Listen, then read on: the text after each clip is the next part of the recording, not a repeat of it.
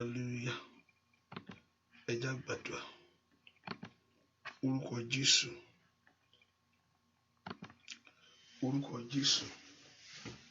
Ẹnu mọ́ Ísírẹ́lì a yìn ọ́ lógo fún oore ọ̀fẹ́ yìí, a gbé ọ̀gá fún agbára ńlá. A yìn ọ́ lógo fún ọwọ́ àánú èyí tó fi kàn wá. Gbọ́ fún ètò rẹ nínú ayé wa gbogbo lórí ọmọ. Gbọ́ fún ìpamọ́ ìwọ Jésù lórí ayé wa gbogbo. Gbọ́ fún ọpẹ́ àkún ẹ̀yìn tó fún wa.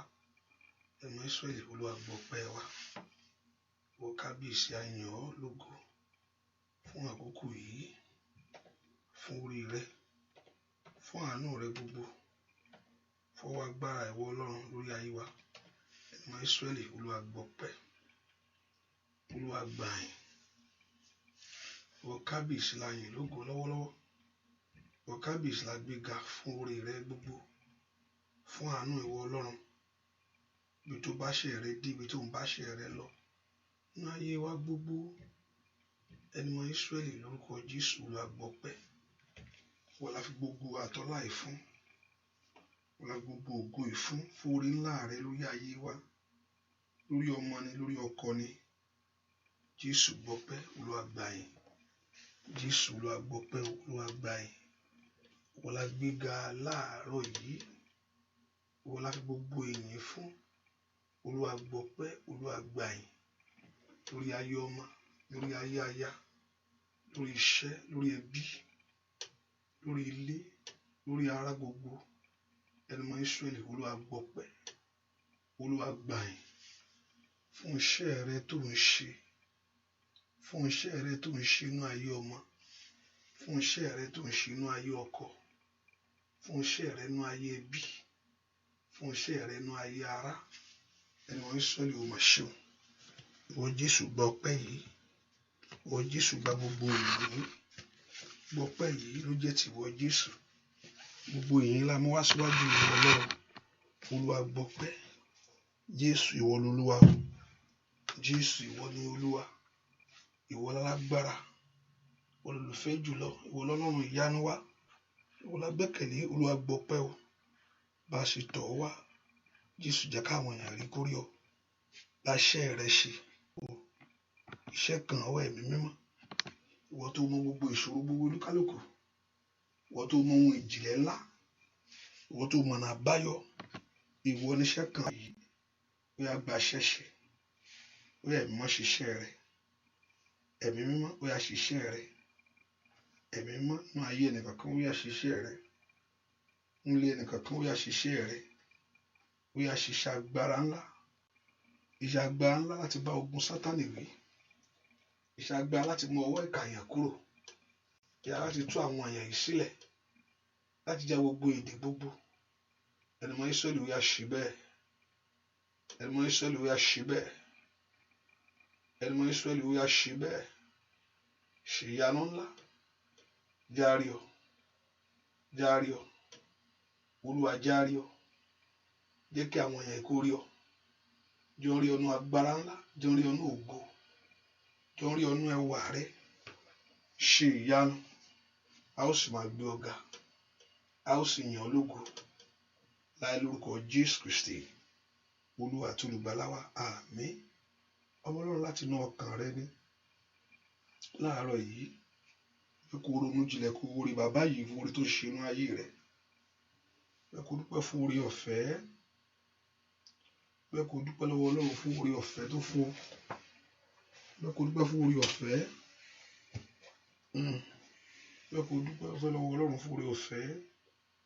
Ẹ kó dúpẹ́ fún agbára ńlá tó fi kàn ọ́. Ẹ kó dúpẹ́ lọ́wọ́ Ọlọ́run alààyè. Jésù ṣe o. Màmá mo fẹ́ kó yin Ọlọ́run lógo láàárọ̀ yìí. Ẹ kó gbé ẹni tó ga, ẹni tó pọ̀ nípa àtàgbára, mo fẹ́ kó yin ín lógo.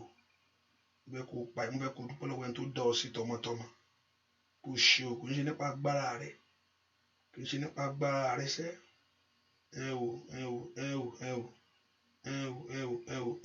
Fẹ́ kò ń ṣe nípa agbára rẹ, kò ń ṣe nípa ìmọ̀ rẹ. Kò ń ṣe nípa agbára rẹ sẹ́. Kò ń ṣe nípa ìmọ̀ rẹ. Mo fẹ́ kó dúpẹ́ lọ́wọ́ Ọlọ́run yìí. Dúpẹ́. Ẹ kó dúpẹ́ lọ́wọ́ Ọlọ́run fún ọba tó bọ́ ọ ṣe. ọba tó bọ́ ọ ṣe, ọba tó ń bá mi ṣe, ọba tó ń bọ́mọ rẹ ṣe, olókun bá wa ṣe, kí la mọ̀, kí la lè ṣe, ìwọ la lè ṣe fún ara wa, ṣùgbọ́n òun ló ń bá wa ṣe, òun ló ń dúró tì wá, òun ni ò jẹ́ kí ẹnu ẹ̀gàn kó borí ayé wa, ó ní kò fọ́ ọ̀tá lẹ́nu lọ́rọ̀ sọ láyé. Dúpẹ́ lọ́wọ́ Ọlọ́run, ṣé bó ṣe dúpẹ́ lọ́pẹ́ rẹ rèé. Dúpẹ́ lọ́wọ́ Jésù yìí, Jésù wọ ni mo yìn lógo fún iṣẹ́ rẹ, fún iṣẹ́ rẹ lórí ayé mi. Jésù wọ mo yìn lógo fún iṣẹ́ rẹ nínú ayé àwọn ọmọ mi. Jésù wọ mo gbéga o fún iṣẹ́ rẹ nínú ilé mi. Dúpẹ́ dúpẹ́ dúpẹ́ dúpẹ́ dúpẹ́ dúpẹ́ dúpẹ́ dúpẹ́ lọ́wọ́ Ọlọ́run yìí. O ò bá ronú jinlẹ̀ kó dúpẹ́ dáadáa kó gbogbo ẹ̀mí ìmoore hàn, kó fẹ̀mí ìmoore hàn níwájú Ọlọ́run tó ní ọ́. Pé kó dúpẹ́ lọ́wọ́ ẹ tó pa ọ́ mọ́. Ọba tó tún fún ọ láǹfààní náà ọdún yìí tí òjò sọnù, kò jẹ́ kálàáfíà rẹ sọnù mọ́ ọ lọ́wọ́. Ọba tí ò jẹ́ kálàáfíà rẹ sọnù mọ́ ọ lọ́wọ́. Òun náà ló fẹ́ kó gbéga, fẹ́ kó yìn lógo, fẹ́ kó gbéga láàárọ̀ yìí. Ó tún jí mọ́lẹ̀ sí ìmọ́lẹ̀ alààyè. Ó mọ̀ gbá apá rẹ̀ mà ṣe é gbé. Ẹsẹ̀ rẹ̀ ó mọ̀ gbé, ó ṣe é gbé o. Ọba tí ò jẹ́ kí igi òru bọ́. Dúpẹ́ dúpẹ́ dúpẹ́ dúpẹ́ lọ́wọ́ Ọlọ́run. Jésù o ṣé o, alágbára o ṣé o. Jésù o ṣé o. Dúpẹ́ dúpẹ́ dúpẹ́ dúpẹ́ dúpẹ́ dúpẹ́. Agbára mi kọ́, agbára Ọlọ́run ni. Agbára mi kọ́, agbára Ọlọ́run ni. Ìrànlọ́wọ́ tí mo rí gbà o, agbára mi kọ́ o. Agbára mi kọ́, agbára Ọlọ́run ni. Agbára mi kọ́, agbára Ọlọ́run ni. Ìrànlọ́wọ́ tí mo rí gbà o, agbára mi kọ́ o.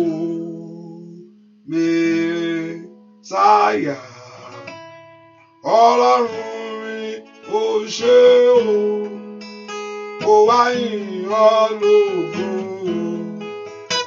Ṣé o bàbá Mèsáyà, Mèsáyà Ọlọ́run mi o ṣé o, má yìn ọ́ lógo. O ṣé o bàbá Mèsáyà,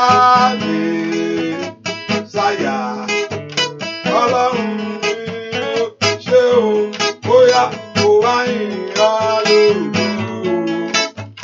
O ṣé o bàbá. Agbára mi kọ́, agbára Ọlọ́run ni. Agbára mi kọ́, agbára Ọlọ́run ni. Ìrànlọ́wọ́ tí mo rí gbà o, agbára mi kọ́ o. Ó yá o mi láyà Ọlọ́run ni. O ṣé o, mo wá yìn ọ́ lógo. O ṣé o bàbá. Mèsáyà Ọlọ́run mi, o ṣé o, mo wá yìn ọ́ lógo. O ṣé o bàbá. Dúpẹ́ lọ́wọ́ Ọlọ́run, dúpẹ́ lọ́wọ́ ẹni tó ní ọ́. Bẹ̀kù Olúwa dá mi sí dòní o, ó dá mi yàrá, ó bọ́ lọ́wọ́ yà láyé, ó di aṣẹ́gun. Ó yá o, Olúwa dá mi sí dòní o, tọmọtọmọ, ó dá mi gbàlà. Ó bọ́ lọ́wọ́ yà láyé, ó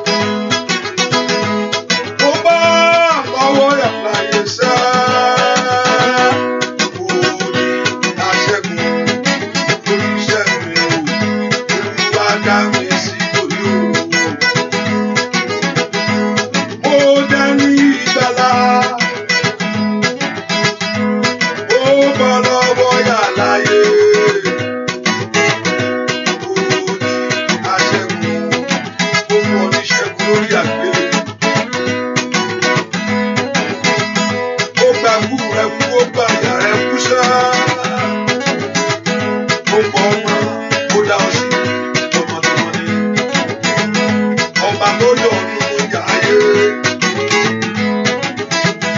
ọba tó yọ lọ́wọ́ àìsàn kò bá dúpẹ́ lọ́wọ́ ẹ̀ tó yọ. Olúwa dá mi sí lòní o ó dẹ́ni ìgbàlá ó bọ́ lọ́wọ́ yà láyé.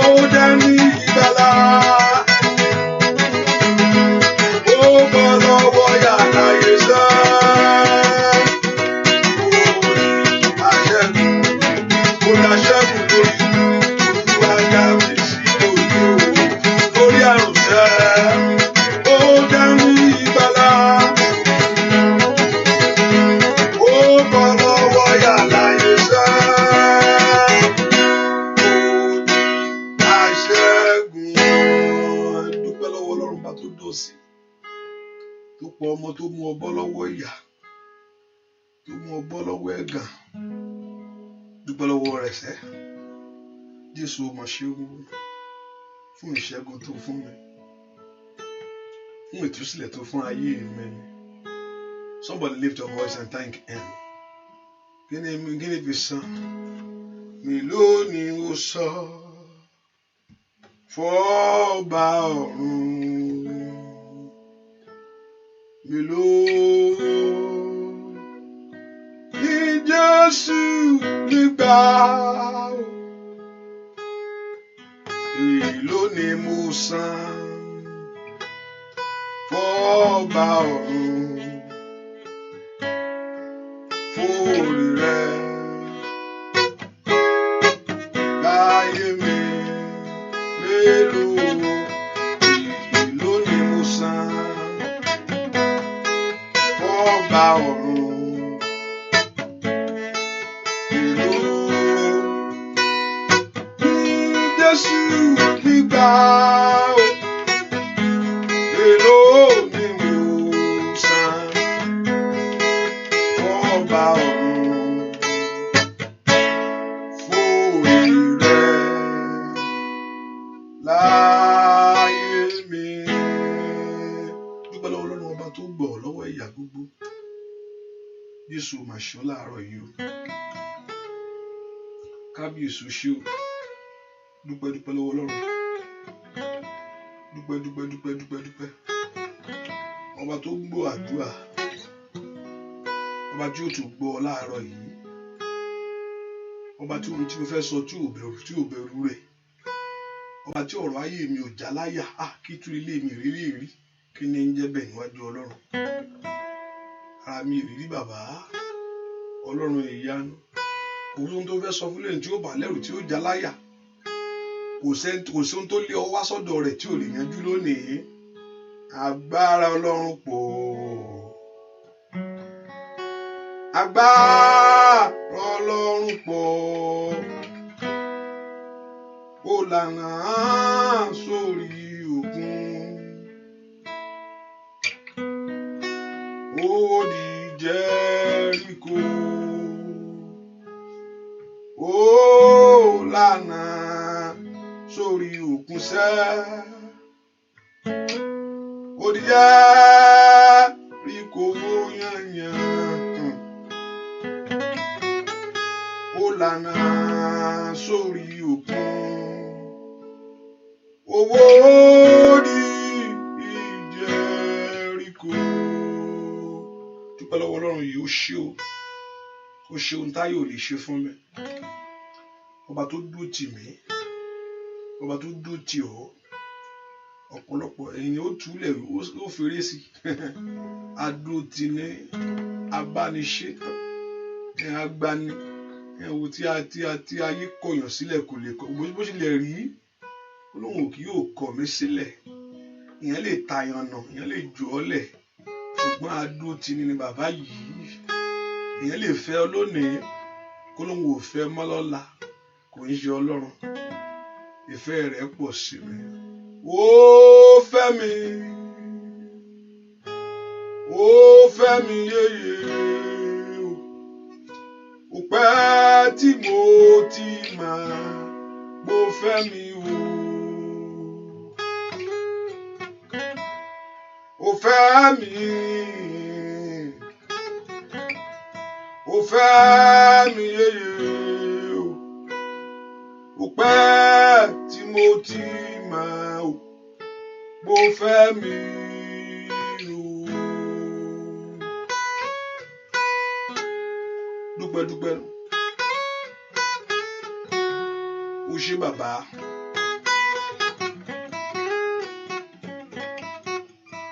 Jésù ó ṣé o, kábíyèsí ó ṣé o. Ìwọ tó gbé ga nínú àwọn ọ̀run. Ìwọ ló tó láti gbé ga nínú àwọn ọ̀run. Ìwọ ló tó láti, kò sẹ́ni náà nínú àwọn ọ̀run. Ìwọ ló tó láti gbé ga nínú àwọn ọ̀run. Ìwọ ló tó láti. Dúpẹ́ lọ́wọ́ Ọlọ́run oṣù sọ fún Jésù lọ́wọ́lọ́wọ́ báyìí. Gbogbo ẹ̀ṣẹ̀ mi tí ò ní jẹ́ rí ọ. Ìwọ ni mo fẹ́ rí bàbá, gbogbo tí ò jẹ́ kó fọhùn nítorí ọ̀rọ̀ ayé mi. Sọ fún Ọlọ́run kọ́lọ́run kó dáríjì. Ohun tí ò ní jẹ́ kí Ọlọ́run pàdé rẹ láàárọ̀ yìí. Ohun tí ò ní jẹ́ kí Ọlọ́run kó fọhùn lórí ọ̀rọ̀ rẹ jáde. Ohunkóhun tó bá lè jẹ́ ẹ̀ṣẹ̀ ní, ẹ̀ṣẹ̀ rán ní, ẹ̀ṣẹ̀ bàbá. Sọ fún Ọlọ́run kó dáríjì ọ́ lọ́wọ́. Olúwa dárí gbogbo àṣírí mi jì mí.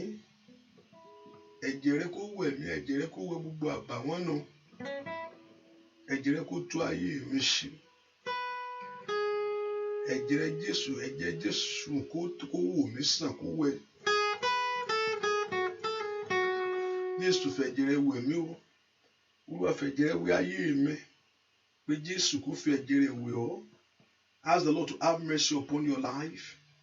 Sọ fún Jésù, Olúwa ṣàánú fún mi, ẹ̀jẹ̀ rẹ̀ kó wẹ̀ mí. Olúwa da ẹ̀jẹ̀ lé mi lórí, ìbèrè fún ẹ̀jẹ̀ Jésù. Nítorí bá lè rí ẹ̀jẹ̀ náà, if I can see the blood. Nítorí bá lè rí ẹ̀jẹ̀ náà, if I can see the blood of him. Olúwa ẹ̀jẹ̀ Jésù wẹ̀ mí. Bí kò lè wọ̀ ọ́, kó fi àánú wẹ̀ ọ́ lọ́wọ́lọ́wọ́ báyìí ni. Kó lè fi àánú wọ ọ̀rọ̀ ayé rẹ, bèrè fún ẹ̀jẹ̀ náà. Ẹ̀jẹ̀ tó pọ̀ nípa ẹ̀jẹ̀ tó ta sílẹ̀ lórí igi àgbélébùú. Orúkọ Jésù, ẹ̀jẹ̀ Jésù ó yá wẹ̀ ayé mi. Ẹ̀jẹ̀ Jésù wẹ̀ ayé mi. Ẹ̀jẹ̀ Jésù wẹ̀ mí o. Ẹ̀jẹ̀ Jésù wẹ̀ mí o. Orúkọ Jésù. Ó yá. Ẹ̀jẹ̀ Jésù wẹ̀ ayé mi. O bàbá mo sátọ̀ wá, Olúwa gbà mí. Gbè fún ẹ̀jẹ̀ Jésù lọ́wọ́lọ́wọ́, gbọ́ àdúà lórúkọ Jésù Kristi. Olúwa wá sọ fún Jésù, Olúwa gbé agbára ńlá rẹ wọ̀ mí. Agbára ńlá wọ̀ mí. Agbára ńlá wọnú ayé mi wá. Mo pé kí Ọlọ́run kó di alágbára mọ́ ọ̀tá rẹ lọ́wọ́. Ó ní kó di alágbára mọ́ ọ̀tá rẹ lọ́wọ́ kíákíá. Tàbí kí Ọlọ́run kó gbà ọ́. Gbà tó bá di alágbára mọ́ ọ̀tá rẹ lọ́wọ́, ohun tó ṣe sí ò lè rẹ̀ ẹ́. Tó bá ti di alágbára tó lọ́wọ́ bá ti, ó nígbà tí wọ́n bá di alágbára tán, ó ní àjàgà yẹn á já lọ́rùn ẹ̀. Tàbí èèyàn láti di alágbára. Wọ́n lé mi, wọ́n ń wá mi kiri, wọ́n ń sọ agbá Ọlọ́run láti bàlẹ́ ayé ẹni lọ́wọ́lọ́wọ́. Gbogbo ọ̀tá tó ń lérí máa yé ẹ pé kò ní ṣeé ṣe. Nígbà tí agbára Ọlọ́run bá bàlẹ́ ọ, òun gbà tí pé sọ kẹ́ lọ gbàgbára. Tàbí pé kí Ọlọ́run kó wọ̀ lágbára. Tàbí kó gbà ọ́. Nǹkan ní méjèèjì láti ṣẹlẹ̀. torí pé Ọlọ́run yóò fún ọ̀tá rẹ ní ààyè lọ́pọ̀lọpọ̀ kó má kù sínú ẹ̀ṣẹ̀ náà o n kò di alágbára tàbí kó gbọ̀ ọ́. Ọlọ́run yóò fún ọ̀tá rẹ láàyè láti ronúpìwàdà náà bó ṣe fún ọ náà, so kó má bàa pẹ́nu ogun, béèrè fún agbára tí ń dẹ́ ìpèdè padà sórí elépè, agbára tí ń mú ayé ẹni borí ogun, agbára tó ń sin Ọlọ́run tọkàntọkàn, agbára tó tíyàn fi ń fẹ́ ọ̀rọ̀ Ọlọ́run, agbára tíyàn fi ṣèfẹ́ rẹ̀ sẹ́, agbára tíyàn fi tẹríba fún. Bẹ́ẹ̀ kó béèrè fún agbára ńlá. Ask for God's power right now. Agbára tó mú ọ jáde, agbára tó mú ọ já gbangba, agbára tó bà gbogbo ohun kóhun jẹ́, that will destroy every negative voice over you. Olúwa wọ̀ mí lágbára ńlá, sọ mí di alágbára. Olúwa sọ mí di alágbára, kí ipa ayé má bàa gbé mi ṣánlẹ̀. Olúwa sọ mí lágbára, kí ọ̀fà ayé má bàa bà mí. Ẹ po orúkọ Jésù, kí ète òkùnkùn àti àbá rẹ̀ kó má bàa ṣẹ lórí ayé mi sẹ́. Ẹ po orúkọ Jésù. Óyá óyá óyá óyá óyá óyá óyá óyá máa so tó líkele bókaba. Óyá óyá po orúkọ kọ́lọ́run kó sọ ọ́ di alágbára. Dúà lórúkọ Jésù Kristi. Olúwa wa kúnnú mi o, bàbá kúnnú mi, kúnnú mi, bàbá kúnnú mi. Agbára ńlá ó gbéde síwọ̀ ní ọjọ́ wọn ni bàbá gbé ìwọ̀. Óyá óyá gbé ìwọ̀, bàbá gbé ìwọ̀. Ó máa nídìí ẹ̀ gbé mi wọ̀, bàbá gbé ìwọ̀. Agbára ńlá ó gbéde síwọ̀ ní ọjọ́ wọn ni bàbá gbé ìwọ̀. Óyá gbé mi wọ̀, bàbá gbé ìwọ̀. Alágbára gbé mi wọ̀, bàbá gbé ìwọ̀. Agbára ńlá ó gbéde síwọ̀ ní ọjọ́ wọn ni bàbá gbé. Óyá kúnnú mi, kúnnú mi, bàbá kúnnú mi, kúnnú mi, bàbá kúnnú mi. Agbára ńlá ó gbéde síwọ̀ ní ọjọ́ wọn ni bàbá kúnnú mi. Gbé mi wọ̀, bàbá gbé mi wọ̀. Gbé mi wọ̀, bàbá gbé ojú owó lọ. Agbára ńlá ó gbéde síwọ̀ ní ọjọ́ wọn ni bàbá gbé mi wọ̀. Wá wọ̀lú mi wò, wá gbé mi wọ̀. Olúwa wọ̀lú mi wò, wá gbé mi wọ̀.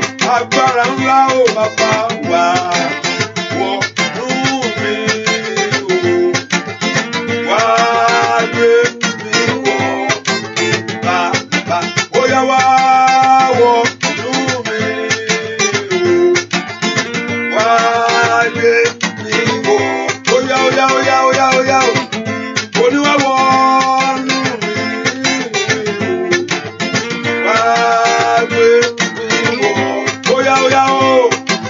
Wá wọ̀lú mi wò, wá gbé mi wọ̀. Bàbá ẹ po orúkọ Jésù. Olúwa gbé agbára ńlá rẹ wọ̀ mí. Ẹ má gbé mi wọ̀ sẹ́. Olúwa wọ̀ mí ní agbára ńlá. Agbára rẹ jó wọnú ayé mi. Ẹ po orúkọ Jésù. Olúwa gbé ayé mi wọ̀. Mo fẹ́ kí ẹni tó bá ń jẹ́ Bùkọ́lá, ẹnikẹ́ni tó bá ń jẹ́ bẹ́ẹ̀, mo fẹ́ kó gbàdúrà láàárọ̀ yìí dáadáa. Ẹnikẹ́ni tó bá ń jẹ́ bẹ́ẹ̀, ẹnikẹ́ni tó bá ń jẹ́ bẹ́ẹ̀, láàárọ̀ mo fẹ́ kó gbàdúrà dáadáa. Bá ṣe wọnú àdúrà yìí, orúkọ ẹ ti ń rìn létí mi. Mo fẹ́ kó múra nínú àdúrà yìí. Ìwọ tó bá ń jẹ́ orúkọ ẹ bá jọ bẹ́ẹ̀ yẹn, kó gbàdúrà dáadáa o. Orúkọ Jésù. Olúwa gbé mi wọ̀ sẹ́. agbára rẹ yóò wọnú ayé mi. Olúwa sọ mí di alágbára ńlá. Olúwa sọ mí di alágbára ńlá.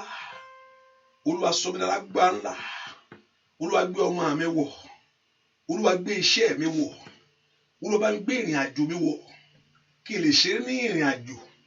Kó má bàa ṣègbé bẹ̀. Kó má bàa dẹni yẹ̀yẹ́ nínú ìrìn àjò.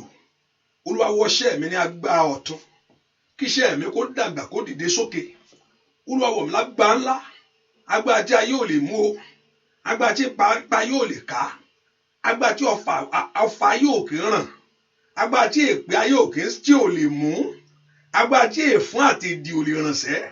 Ó yá ò bá béèrè fún agbára. Owó ló ṣì ń béèrè fún. Eléyìí ju owó lọ.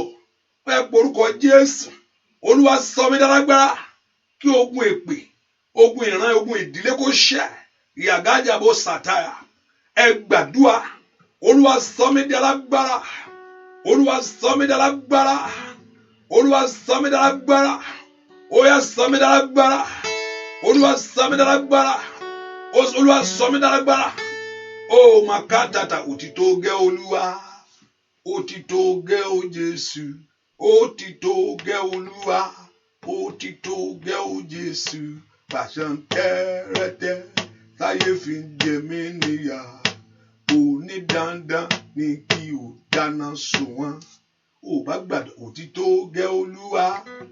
Òtítọ́ gẹ́ o Jésù. Òtítọ́ gẹ́ Olúwa.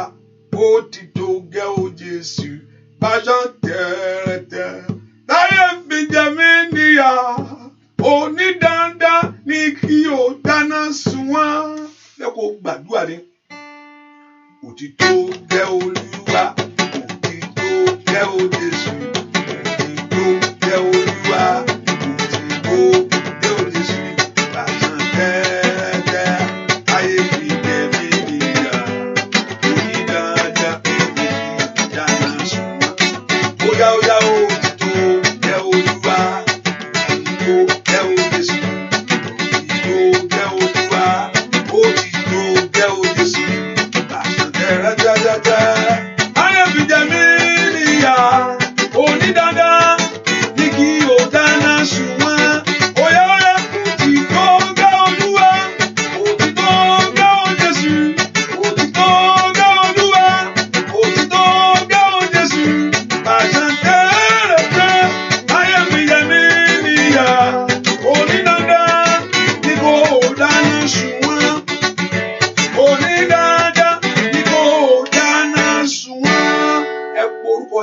Sọ mí di lágbára.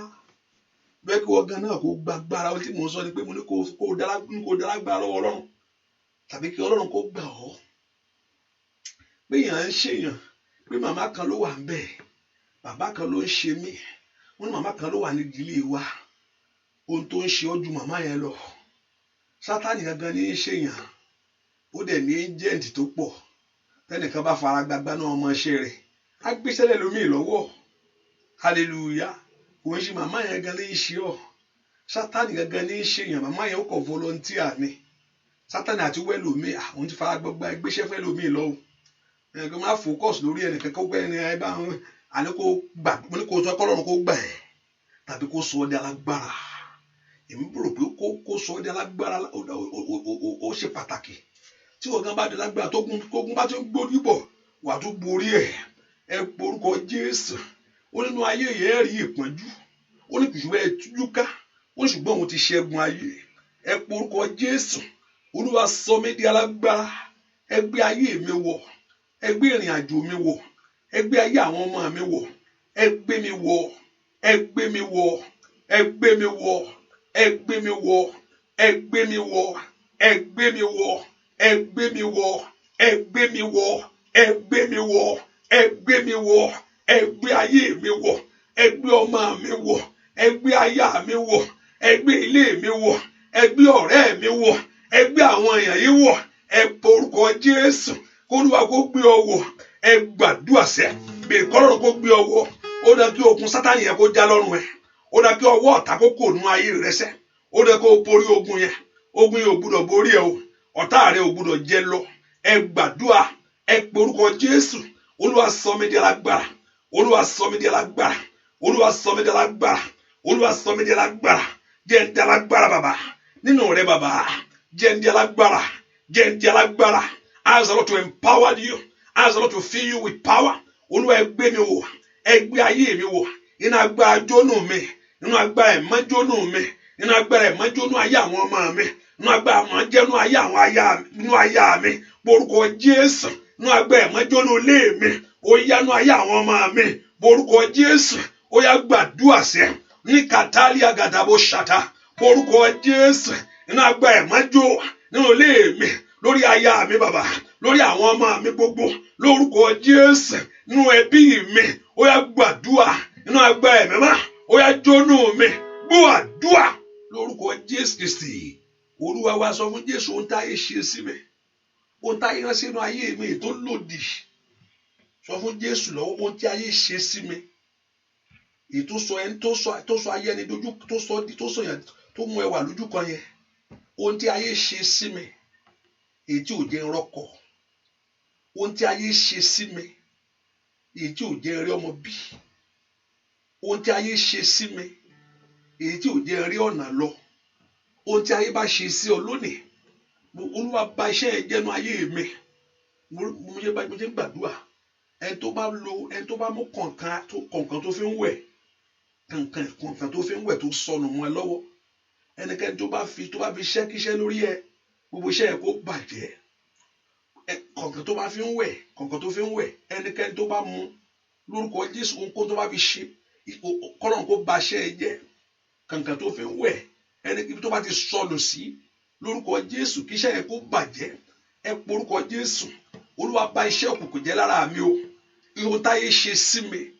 Ohun táyé ṣe sí ìrìn àjò mi. With everything that enemy have sent to your life. With everything that enemy have that acted upon you. Whatever the enemy have, with everything that enemy have sent into your life. Ohun tó ti rán sí ọ. Ohun tó ti ṣe sí ẹ. Ohun tó ti gbélé ẹ lórí. With everything that may be. Whatever they have done to you. Porúkọ Jésù. Olúwa bàjẹ́, let God destroy whatever the enemy have done in your life. Porúkọ Jésù. Ohun tó ṣe sí ọ. Ó yá bà iṣẹ́ ẹ jẹ́. Màsẹ́kẹ̀ tẹ̀kẹ́lẹ́bọ̀. I don't know that very thing that enemy have orúkọ Jésù. Ohunkóhun tí ó bá ṣe sí mi. Olúwa bà iṣẹ́ ẹ jẹ́. Olúwa bà iṣẹ́ ẹ jẹ́. Olúwa bà iṣẹ́ ọ̀tá jẹ́ nínú ayé mi. Orúkọ Jésù. Ohun tó ṣe sí mi. Ask the Lord to destroy it. Ikatalebo kaba. Matototolikelebo. Matikerebo kata. Masondo pregedebo. Whether in the past, whatever they have did to you. Porúkọ Jésù. Matotori kalaba. Oya gbàdúrà. Likateliaba. Whether in your past. Ikatelebo koparaba. Lisotoriabo. Lift your voice and talk to God. As a whether in your past. Tó bá gbé láti ìgbà tẹ̀yìn àtẹ̀yìnwá rẹ ni. Okun tẹ́ bá ṣe sí ayé mi. Èyí tí ò jẹ́ rọ́wọ́ lọ. Èyí tí ò jẹ́ rọ́wọ́ yọ. Ẹ porúkọ Jésù. Ní ìbẹ̀rẹ̀ pẹ̀pẹ̀ ayé mi ni. Ní orúkọ Jésù. Ní ìgbà tí mo wọlé ọkọ ni. Ní ìgbà tó wọlé ọkọ ni. Rakatakata. Lọ́jọ́ ìgbéyàwó rẹ ni. Liprendo tẹ́kẹlẹ́bọ̀. Níjọ́ tó bímọ ni. Ẹ porúkọ Jésù. Ohunkóhun ni. Ó yá porúkọ Olúwa bàjẹ́. Ohun tó ti ṣe sí mi. Ohun tó ti ṣe sí mi. Ohun tó ti ṣe sí mi. Ohun tó ti ṣe sí mi. Aláǹgbá ayé kó jáde lára rẹ̀. Aláǹgbá ayé kó jáde lára rẹ̀. Aláǹgbá ayé kó jáde lára rẹ̀. Aláǹgbá ayé kó jáde lára rẹ̀. Aláǹgbá ayé kó jáde lára rẹ̀. Rota kayaba. Mo pa ní àṣẹ. Ibi tó tàbá sápamọ́ síbẹ̀ yẹn. Ní orúkọ Jésù. Ó yá jáde. Ó yá jáde. Ó yá jáde. Ó yá jáde. Ó yá jáde. Àránsí òkùnkùn. Àránsí ọ̀tá. Àránsí òkùnkùn. Àránsí òkùnkùn. Whatever they have sent to you. Mato predicata. Mato korabaya. Whatever the enemy have sent to your life. Maso predicate. Àránsí òkùnkùn. Lára mi jáde. Àránsí òkùnkùn. No ayé ọmọ mi jáde. Ẹ porúkọ Jésù. Ó yá gbogbo tá ti ṣe sí mi lára. Gbogbo tá ti ṣe sí mi lára. Tá ti ṣe sínú ayé mi lára. Ní orúkọ Jésù. Èyí tí ń dí mi lọ́wọ́. Èyí tí ń dí ìṣeré mi lọ́wọ́. Èyí tí ò fẹ́ kí n tẹ́gbẹ́. Lóru ènìyàn bá lé jáde. Ó yá lé jáde bàbá. Mo ní kó lanu kó gbàdúrà. Eré ló ń ṣe. Porúkọ Jésù. Olúwa lé jáde. Olúwa mú ọwọ́ kọ́wọ́ kúrò. Olúwa mú ọwọ́ ìkàyà kúrò. Gbàdúrà lórúkọ Jésù Kristi. Olúwa wà àní mo ní kó sọ pé kọ́lọ́run wẹ̀ lágbára àbí kó gbẹ̀ ẹ́ ó bá ń gbàdúrà kọ́ tẹ́ ẹ kú ó ń tara rẹ ni o mi lọ́tà òkè ń kú yóò kù ṣùgbọ́n bá ń pẹ́ kan tó kú torí àánú tí wọn náà rí gbà lọ́rọ̀ náà máa fún wọn náà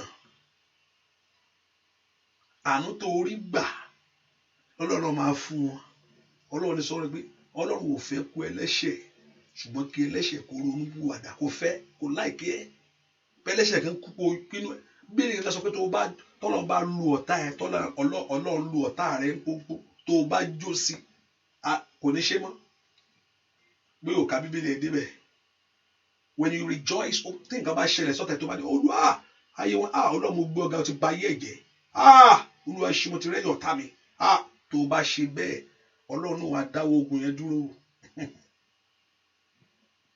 tó o bá ti tọ́lọ́ bá ti rí ẹ tó bá ti ṣe bẹ́ẹ̀ Ọlọ́run kò ní ṣe kíní yẹn mọ́ fẹ́ nìyẹn Ọlọ́run á dẹ̀ seize ìyà yẹn nú ayé ọ̀tá ẹ á filẹ̀ torí pé inú ẹ dùn sí ó sọ pé òun ò fẹ́ kó ẹlẹ́ṣẹ̀ bí kò ṣe pé ẹlẹ́ṣẹ̀ kó ronú pìwàdà tí ẹlẹ́ṣẹ̀ bá kú kò dùn mọ́ Ọlọ́run náà bí ni pé ayọ̀ wà lọ́run fún ẹlẹ́ṣẹ̀ kan tó ronú pìwàdà. There's a joy in heaven for a sinner, one sinner that changes heart, that repent of his sin. Inú àwọn ọ̀run máa ń dùn ni Olúwa ṣeun ilé tó bọ́ lọ́wọ́ ìyà tó ti pèsè fáwọn tó aláìgbọràn tó wá rí pé ẹnìkan kú tí inú ọ̀run bá dùn fún ẹlẹ́ṣẹ̀ kankan tó rú padà pé tẹ́lẹ́ṣẹ̀ kan bá kú inú ọ̀run ò dùn nìyẹn. It has to be the other opposite of the thing. When the heaven rejoice over a sinner that repent from their sin, also when the sinner die in their sin, heaven is not happy about it.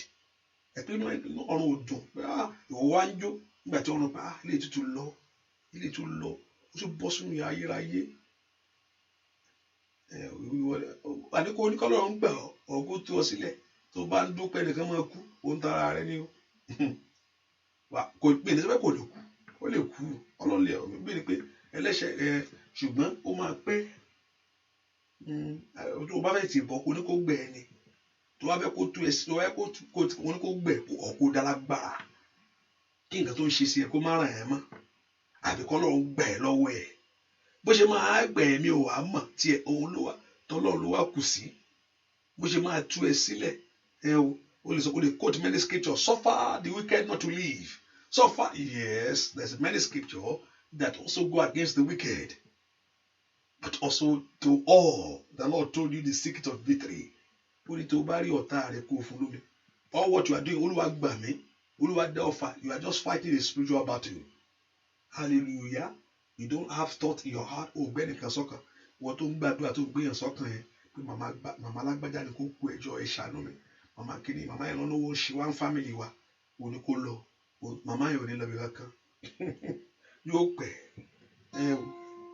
yóò pẹ́ pọ̀tọ́lọ́ bá gbẹ̀ lọ́wọ́ màmá yẹn agbára yẹn dasán lórí ayé ẹ kí màmá gan rí ẹ tó gbági kí màmá gan rí ẹ kó sá ẹni ló ń bọ̀ ẹjọ́ sọ pé mi sì lé torí o ti dínà mọ́ lọ́wọ́ tọ́lọ́ bá sì máa gbọ̀ ọ́ ló mọ tó máa ṣe fún màmá. Olúwa òbí bí mo ṣe ń tiraka Olúwa òbí bí mo ṣe ń gbàdúrà máa jẹ́ káyé mi ilé Ọlọ́run ìdá óyá o Olúwa òbí bí mo ṣe tiraka Ọlọ́run mi òbí bí mo ṣe ń gbàdúrà máa jẹ́ káyé mi ilé Ọlọ́run ìdá ọwọ́ rẹ̀ dà máa jẹ́ bèrè.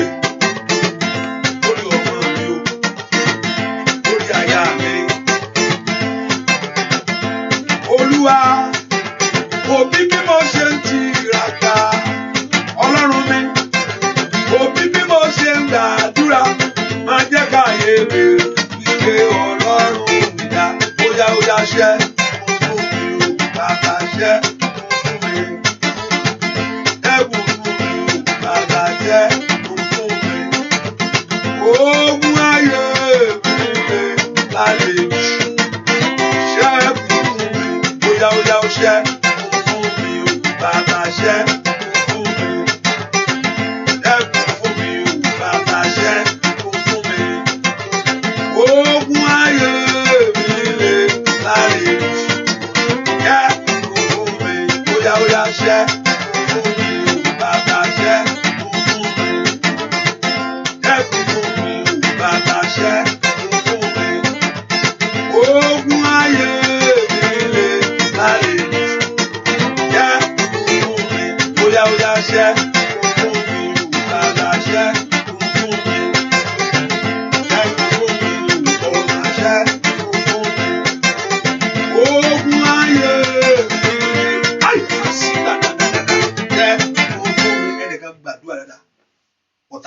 oore gbà mọ́ mi lọ́wọ́. Ọ̀tá má jò já oore gbà mọ́ mi lọ́wọ́. Èèyàn kan mo fẹ́ kó múra dáadáa mi tó wà yẹn o. Ọ̀tá má jò já oore gbà mọ́ mi lọ́wọ́. Kò bá jẹ́ ọmọ lójú oore rẹ̀. Ọ̀tá ò gbọdọ̀ jágbà. Kò bá jẹ́ ọkọ ni. Ọ̀tá ò gbọdọ̀ jágbà. Kò bá jẹ́ iṣẹ́ yẹn ni. Lift your voice and say, talk to God, that the enemy should not rob you of your blessing. Mato does not snatch away your blessing. Ẹ porúkọ Jésù. Ọ̀tá má jò já ohun rere gbà mọ́ mi lọ́wọ́. Ẹ má fún wọn ṣe láti já ohun rere gbà mọ́ mi lọ́wọ́. Èèyàn kan gbàdúrà sọ fún Jésù lọ́wọ́lọ́wọ́. Ọ̀tá má jò já ohun rere gbà mọ́ mi lọ́wọ́. Ẹ porúkọ Jésù ni. Ó yá ń bolo wa. Ọ̀tá ò gbọdọ̀ jágbà. Oríire ayé mi ò ju ọjà gbà. Masando balike telebo. Ẹ porúkọ Jésù. Ọ̀tá ò gbọdọ̀ já ohun rere gbà mọ́ mi lọ́wọ́. Ó yá porúkọ Jésù sẹ́. Olúwa ọ̀tá ò gbọdọ̀ já ohun rere gbà mọ́ mi lọ́wọ́. Porúkọ Jésù kò gbọdọ̀ jágbà. Ire ayé rẹ ò gbọdọ̀ bọ́ sọnù. Àṣeyọrí rẹ ò gbọdọ̀ bọ́ sọnù. Can you lift your voice and talk to God? Ọ̀tá ò gbọdọ̀ jágbà. Oríire ayọ̀ mi. Àṣeyọrí mi ni. Ayé àwọn ọmọ mi ni. Ẹ porúkọ Jésù níbo lo wà sẹ́. Àní gbàdúrà. Ọ̀tá ò gbọdọ̀ já ohun rere gbà. Masina katakata. Le sondo preketekete. Ó yá gbàdúrà. Ọ̀tá ò gbọdọ̀ já ohun rere gbà mọ́ mi lọ́wọ́. Ní orúkọ Jésù. Ayọ̀ mi ò gbọdọ̀ sọnù. Àṣeyọrí mi ò gbọdọ̀ sọnù. Lift your voice and pray to God that the enemy should not rob you of your blessing. Ẹ gbàdúrà. Ẹ porúkọ Jésù. Ọ̀tá ò gbọdọ̀ já ohun rere gbà mọ́ mi lọ́wọ́. Kò gbọdọ̀ jágbà. Kò gbọdọ̀ jágbà. Ọ̀tá ò gbọdọ̀ jíire mi lọ. Ọdún yóò gbọdọ̀ bọ́ mi lọ́wọ́. Ẹni ẹ gbàdúrà. Ire mi ò gbọdọ̀ sọnù. Ayọ̀ mi ò gbọdọ̀ gbé. Ẹ porúkọ Jésù. Ọ̀tá mi ò gbọdọ̀ já ohun rere gbà mọ́ mi lọ́wọ́. Ní orúkọ Jésù. Ẹ bà má wọn jẹ́. Ẹ sàn má wọn dòfo. Ní orúkọ Jésù. Ẹ bà má wọn jẹ́. Ẹ sàn má wọn dòfo. Porúkọ Jésù dáadáa. Ẹ bà ìmá wọn jẹ́. Ẹ sọ ìmá wọn dòfo. Ní orúkọ Jésù. Ète wọn. Àbá wọn. Ní orúkọ Jésù. Ó yẹ sọ́dòfo lórí ayé mi. Ọ̀tá ò gbọdọ̀ já ohun rere gbà mọ́ mi lọ́wọ́. Ire ayé mi ò gbọdọ̀ sọnù. Àṣeyọrí mi ò gbọdọ̀ sọnù. Ní orúkọ Jésù. Ọmọ náà lanu kó gbàdúrà. Ní orúkọ Jésù. Ọba tó pọ̀ ní pàtàgbára. Ọ̀tá ò gbọdọ̀ já ohun rere gbà mọ́ mi lọ́wọ́. Ní orúkọ Jésù. Bí ó ṣe kù ọdún nǹkan fẹ́ parí. Ní orúkọ Jésù. Ayọ̀ mi ò gbọdọ̀ bọ́ sọnù. Àṣeyọrí mi ò gbọdọ̀ bọ́ sọnù. Ó yá gbàdúrà. Níbo lo wà sẹ́? Lanu kó pe Jésù dáadáa. Likaya babo shata. Liprondo to pradekata. Ẹ gbàdúrà. Ẹ porúkọ Jésù. Ọ̀tá ò gbọdọ̀ já ohun rere gbà mọ́ mi lọ́wọ́. Ní orúkọ Jésù. Ó yá. Ẹ gbàdúrà. Gbàdúrà. Lórúkọ Jésù Kristi. Olúwa wa. Gbàdúrà lórúkọ Jésù Kristi. Olúwa wa. Ayọ̀ ìgbàlà.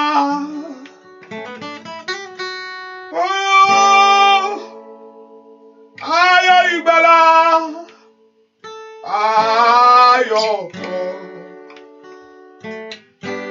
Ayọ̀ ìgbàlà. Jẹ́ káyọ̀ ìgbàlà kó wọnú ayé mi lọ. Bó ṣe mọ Ọlọ́run dọ̀ káyé ẹ kó láyọ̀. Bí ẹ ṣe mọ Ọlọ́run dọ̀ kí ọ̀nà àbáyọ kó là fún ọ. Ayọ̀ ìgbàlà. Ayọ̀ ìgbàlà.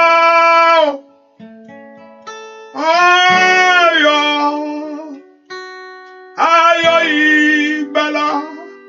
Yá káyọ̀ ìgbàlà. Ó wọ nú ayé mi lọ. Ó dá kó mọ ayọ̀ kó mọ Ọlọ́run. Ayọ̀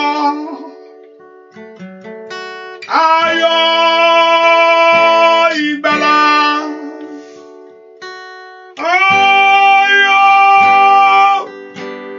Ayọ̀ ìgbàlà.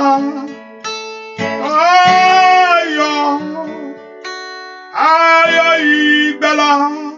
Jẹ́ káyọ̀ ìgbàlà kó wọ nú ayé mi lọ. Ẹ porúkọ Jésù.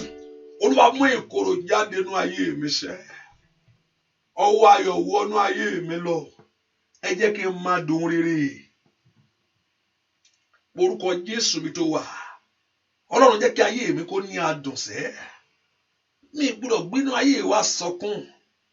Mi gbọ́dọ̀ gbénú ayé wa bá wọn wòran nìkan. Ó yẹ pé orúkọ Jésù, Olúwa fún mi ní ayọ̀ ohun rere. Jẹ́ kí n láyọ̀ pé mo mọ̀ ọ́. Give me that joy of knowing you. Jẹ́ kí n láyọ̀ pé mo ké pè ọ́. Ẹ fún mi ní ayọ̀ ní gbogbo ọ̀nà. Gbogbo agbára tí ń bá ayọ̀ ayé mi jẹ́. Gbogbo agbára tó fẹ́ sọ ayọ̀ ayé rẹ dòbu. Gbogbo agbára tó pé ò fẹ́ kó ní orísun rere jáde. Ẹ porúkọ Jésù. Àwọn agbára bẹ́ẹ̀, ète bẹ́ẹ̀ sọ́dọ̀ fónú ayé mi. Ẹ jẹ́ kí ayọ̀ ìgbàlà kó wọnú ayé mi bàbá. Ẹ dá ire padà. Àwọn ńlá ni kò gbàdúrà. Porúkọ Jésù. Mokodi agadagaya. Mashendo brede ketekebo. Malike ribo kapayaba. Porúkọ Jésù bí tó wà sẹ́. Liprendo soko pranda kata. Ó yẹ porúkọ Jésù. Lipando brende ketekebo. Ó yẹ gbàdúrà. Oya. Masite tekelebo. Ayọ̀ ìgbàlà wọnú ayé mi. Ayọ̀ ìgbàlà wọnú ayé àwọn ọmọ mi. Porúkọ Jésù. Ayọ̀ ìgbàlà kó wọnú ayé rẹ. Let the joy of heaven enter into your life. Let the joy of knowing Christ enter into your life. Ẹ porúkọ Jésù. Ìwà ayọ̀ àṣeyọrí wọnú ayé mi o. Ó dá kí n rí múnú ọdún yìí. Ẹ ṣàánú fún mi. Ní orúkọ Jésù. Ẹ gba ayé mi là. Ẹ ṣàánú fún ayé mi. Ayọ̀ oore bẹ̀rẹ̀. Ayọ̀ iṣẹ́ yẹn bẹ̀rẹ̀. Ní orúkọ Jésù. Ayọ̀ ọmọ yẹn bẹ̀rẹ̀. Ayọ̀ ọkọ yẹn bẹ̀rẹ̀. Ayọ̀ ìwé ìgbénu yẹn bẹ̀rẹ̀. Bèrè fún ayọ̀ tiẹ̀ lónìí. Kí ayọ̀ tiẹ̀ kó pọ̀. Gbogbo tó ń di ayọ̀ mi lọ́wọ́. Gbogbo tí ń dènà ayọ̀ mi. Ní orúkọ Jésù. Òun náà kò ṣègbé. Orúkọ Jésù dáadáa. Gbọ́ àdúà lórúkọ Jésù Kristi. Olúwa wa ẹ orúkọ Jésù. Olúwa gbàgbà lọ́wọ́ lágbára. Ìdí ń fi agbára rẹ̀ báyé mi jà. Olúwa gbàgbà lọ́wọ́ lágbára. Ìdí ń fi agbára rẹ̀ tí fi ń jì mí lẹ́sẹ̀. Olúwa gbàgbà lọ́wọ́ lágbára. Ìdí ń fi agbára rẹ̀ yọ mí lẹ́nu. Ẹ porúkọ Jésù. Ó mà ká tàtàtàtà. Ó mà wò mí ríran bí. Ṣó mà dákẹ́ ni bàbá. Ṣó mà wò mí ríran bí. Ṣó mà dákẹ́ ni bàbá. Ṣó mà wò mí ríran bí. Ṣó mà dákẹ́ ni bàbá. Ṣó mà wò mí ríran bí. Ṣó mà dákẹ́ ni bàbá. Ṣó mà wò mí ríran bí. Ṣó mà dákẹ́ ni bàbá. Ogun ayé lè kíkà. Ọ̀tá ń bẹ̀rẹ̀ sókè. Wọ́n ní kú kí ó gbé ga. Ìjọ Olúwa ràn mí lọ́wọ́. Ẹjọ́ mi ò kí n lè jàre. Olúwa wa ó yá. Ó máa wò mí níran bí. Ó máa dákẹ́ ní bàbá. Ó máa wò mí níran bí. Ó máa dákẹ́ ní bàbá. Ogun ayé lè kíkà. Ọ̀tá ń bẹ̀rẹ̀ sókè. Wọ́n ló kú kí ó gbé ga. Ìjọ Olúwa ràn mí lọ́wọ́ o. Ẹjọ́ mi ò kí n lè jàre. Olúwa wa kò ní yọ. Ó máa wò mí níran bí. Ó máa dákẹ́ ní bàbá. Ó máa wò mí níran bí. Ó máa dákẹ́ ní bàbá. Ó máa wò mí kó yáyá. Ó yá lórúkọ Jésù. Ó máa dá ó yá. Ó máa wò mí níran bí. Ó máa dákẹ́ ní bàbá. Ogun ayé ń lè kíkà. Ọ̀tá ń bẹ̀rẹ̀ sókè o. Wọ́n ló kú kí ó gbé ga o. Ìjọ Olúwa ràn mí lọ́wọ́ o. Ẹjọ́ mi ò kí n lè jàre. Olúwa wa tó bí o. Ó máa wò mí níran bí. Ó máa dákẹ́ ní bàbá wò mí. Ó máa wò mí níran bí. Ó máa dá. Ó yá. Ó máa dá. Ó yá náà ní àbò ṣàjò kàdó kẹ̀tẹ̀kẹ̀tẹ̀. Ó máa dákẹ́ ní bàbá. Ó máa wò mí níran bí. Ó máa dákẹ́ ní bàbá. Ó máa wò mí níran bí. Ó máa dákẹ́ ní bàbá. Ó máa wò mí níran bí. Ó máa dákẹ́ ní bàbá. Ogun ayé ń lè kíkà. Ọ̀tá ń bẹ̀rẹ̀ sókè. Wọ́n ló kú kí ó gbé ga. Ìjọ Olúwa ràn mí lọ́wọ́ o. Ẹjọ́ mi ò kí n lè jàre.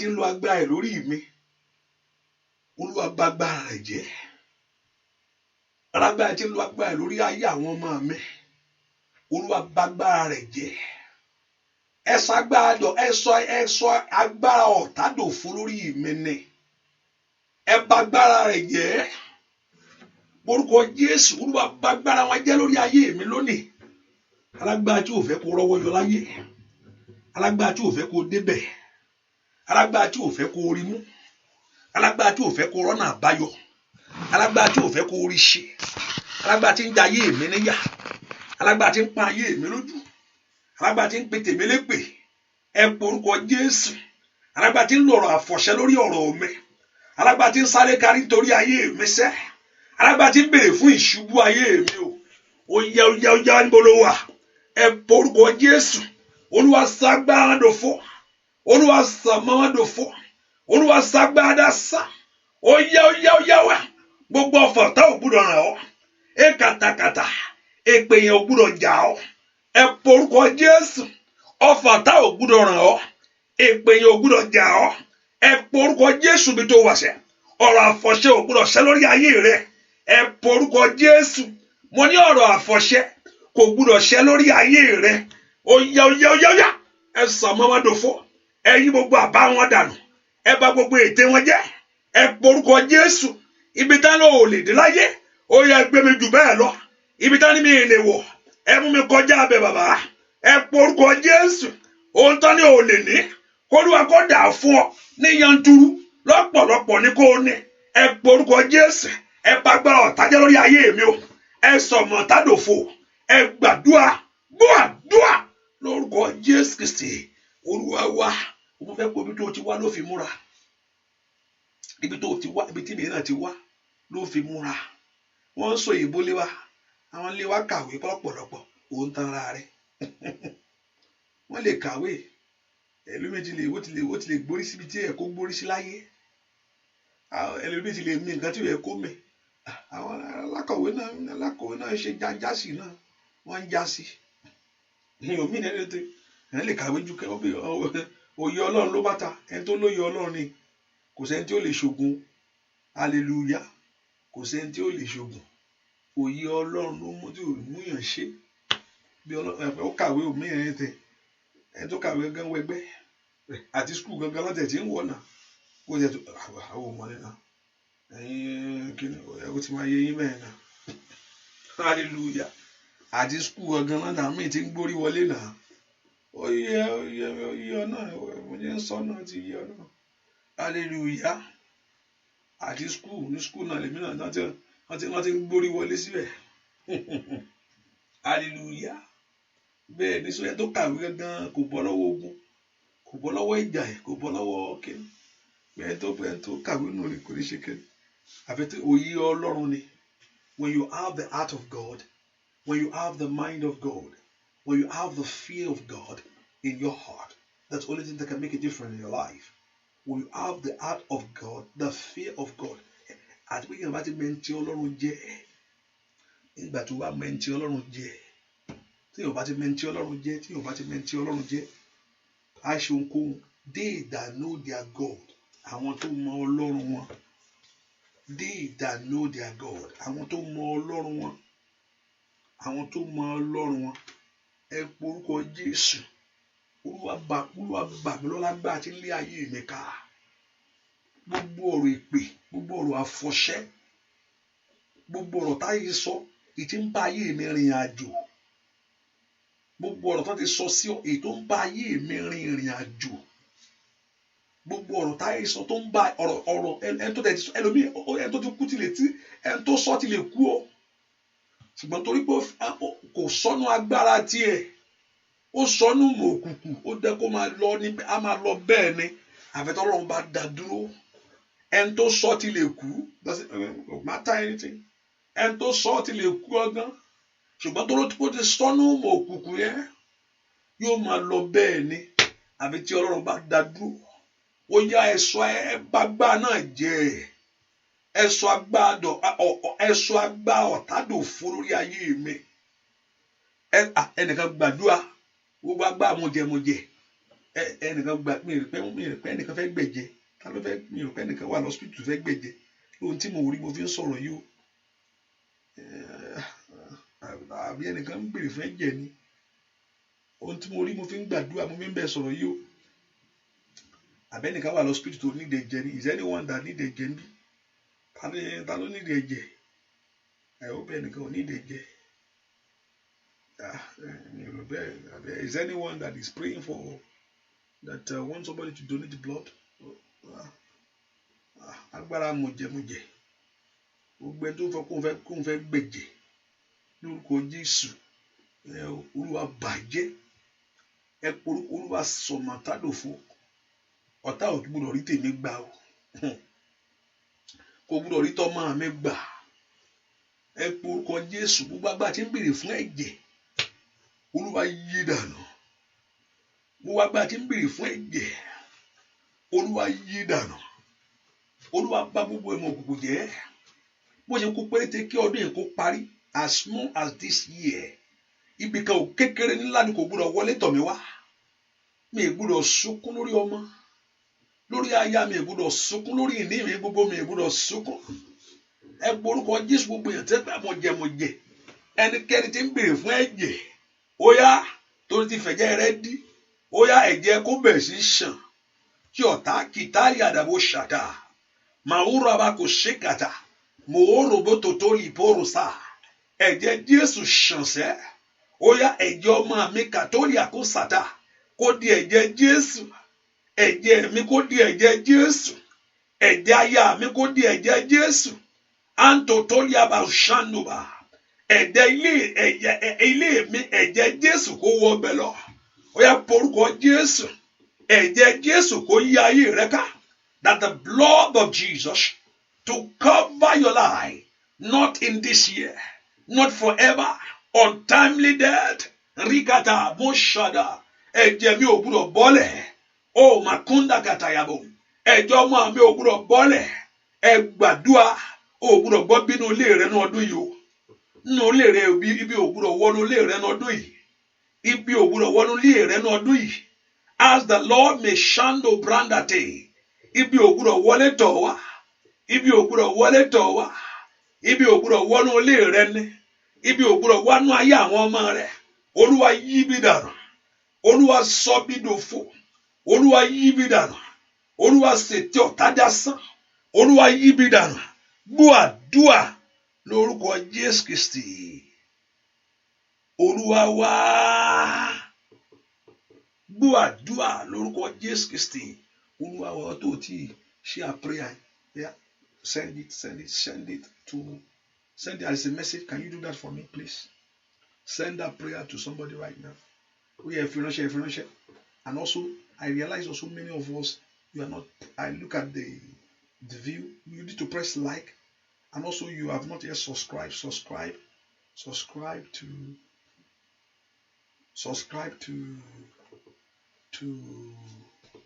the YouTube channel. Download. Do whatever thing that you need to connect. And also some people that I don't accept your request. I don't know. You can also press Agukwayomi. I think the request, I only have few, and I just do whatever thing. Put like there. I look at it. You are not putting like there. Hallelujah. Subscribe. Do share it. The main thing, share it. Just be a blessing to others. You have to. That's your job. That's hallelujah. Ẹ porúkọ Jésù. Olúwa gbé ọwọ́ rẹ lé ọwọ́ mi kí ọwọ́ mi kó bẹ̀rẹ̀ sí gba ohun rere. Father, lay your hand upon my hand so my hand begin to prosper. Olúwa gbé ọwọ́ agbára rẹ lé ọwọ́ mi yìí kí ọwọ́ mi kó bẹ̀rẹ̀ sí ṣe rere. Ẹ porúkọ Jésù. Olúwa gbé ọwọ́ àánú rẹ lé ọwọ́ mi kí ọwọ́ mi kó bẹ̀rẹ̀ sí gba ohun rere. That your hand begin to receive blessing. Let God of heaven lay the hand upon his hand upon your hand. Olúwa gbé ọwọ́ rẹ lé ọwọ́ mi yìí kí ọwọ́ mi kó bẹ̀rẹ̀ sí ṣe ńlá. Ẹ porúkọ Jésù kó bẹ̀rẹ̀ sí ṣe rere. Gbogbo ọwọ́ tó ṣòfò, gbogbo ọwọ́ tí ò ríre mú, ẹ gbọ́ ọ̀rọ̀ Olúwa ó yẹ bẹ̀rẹ̀ sí ṣe rere. Every hand that is lacking the blessing, that is lacking favor, begin to receive the blessing of God. Gbogbo àwọn tí òró rere mú ẹ gbọ́ ọ̀rọ̀ Olúwa ní orúkọ Jésù ó yẹ bẹ̀rẹ̀ sí rí mú. Ọwọ́ tó òró rere gbà ó yẹ bẹ̀rẹ̀ sí rí ohun rere gbà. Ọwọ́ tó lóhun àṣeyọrí lìkálì àbò ṣáìdà ọwọ́ náà kó bẹ̀rẹ̀ sí ṣe rere. Ọwọ́ yín kó gbọ́ ọ̀rọ̀ Olúwa ní orúkọ Jésù. Ọwọ́ yín kó bẹ̀rẹ̀ sí ṣe rere. Ọlọ́run kó darapọ̀ mọ́ ọwọ́ yín kó bẹ̀rẹ̀ sí gbóhùn ńlá ṣe. Ọwọ́ rẹ kó bẹ̀rẹ̀ sí gbóhùn ńlá ṣe. Ọwọ́ rẹ ò gbọdọ̀ dojú délẹ̀ mọ́ ní orúkọ Jésù. Ọwọ́ rẹ kó bẹ̀rẹ̀ sí ríre gbà. Ẹ po orúkọ Jésù. Ìwọ ọwọ́ mi ṣe rere o. Ọlọ́run gbé ọwọ́ rẹ lé ọwọ́ mi. Ó fẹ́ ṣe rere. Ọwọ́ mi fẹ́ ṣe ohun ńlá. Ọwọ́ mi fẹ́ rohun rere ṣe ní orúkọ Jésù. Gbọ́ àdúà lórúkọ Jésù Kristi. Olúwa wa ìwọ tó wà bí ṣàmì dáadáa. Ẹ po orúkọ Jésù. Ẹ̀yin ogun ọ̀run ẹ mú mi kúrò ní òràrùn. Ẹ mú ayé mi kúrò ní òràrùn. Ẹ má jẹ́ n ráhùn rere mọ́. Ọkọ ni mi gbọ́dọ̀ ráhùn àìmí náà láti jọ ìná. Loneliness ti fẹ́ mú mi. Èmi nìkan mò ń wà. Mò ń sùn tí mò ń jí. Má ti rí ẹnìkan báyìí. Bá ti dá. Ìráhùn kan nu. Ìráhùn that's moment. Ìráhùn kan nìyẹn. Kárí mi náà tẹ̀tí lọ́mọ báyìí nìsín. Ibi náà lọ́mọ tèmi báyìí ṣe bọ́ máa tẹ̀rẹ̀ lọ́mọ ránṣẹ́. Ìkan tún nìyẹn o. Kárí mo rí iṣẹ́ náà ní báyìí o. Kárí mo ní iṣẹ́ báyìí. Ilé ìtọ́ni pé kí n mú wá tí mi rí yìí. Màá ṣáà rí iṣẹ́. Màá ṣáà ṣe nǹkan kan. Agbélé mo fi jókòó lé jẹ́ kí mi rí bí lọ yìí. Ìráhùn kan nìyẹn. Èmi ò mọ bí tó ti ń ráhùn. Ṣùgbọ́n orúkọ Jésù ẹ mú mi jáde ńbẹ̀. Let Lord Jehovah God bring you out. Ẹ mú mi jáde. Ẹ fà mí jáde ọmọ Ọlọ́run fà mí jáde. Fà mí jáde ọmọ Ọlọ́run fà mí jáde. Nínú kòtò ìṣòro. Lọ́tàjú mi sí ọmọ Ọlọ́run fà mí jáde. Fà mí jáde ọmọ Ọlọ́run fà mí jáde. Fà mí jáde ọmọ Ọlọ́run fà mí jáde. Nínú kòtò ìṣòro. Lọ́tàjú mi sí ọmọ Ọlọ́run fà mí. Ó yá jáde. Fà mí jáde ọmọ Ọlọ́run fà mí jáde. Fà mí jáde ọmọ Ọlọ́run fà mí jáde. Nínú kòtò lọ́tàjú mi sí ọmọ Ọlọ́run fà mí jáde. Ọwọ́ rẹ̀ dà. Ó yá jáde lọ́wọ́ ayé. Ó yá jáde lọ́wọ́ ìṣòro. Ó yá jáde. Fà mí jáde ọmọ Ọlọ́run fà mí jáde. Fà mí jáde ọmọ Ọlọ́run fà mí jáde. Nínú kòtò lọ́tàjú mi sí ọmọ Ọlọ́run fà mí. Ó yẹ jáde sá. Fà mí jáde ó yá lórúkọ Jésù.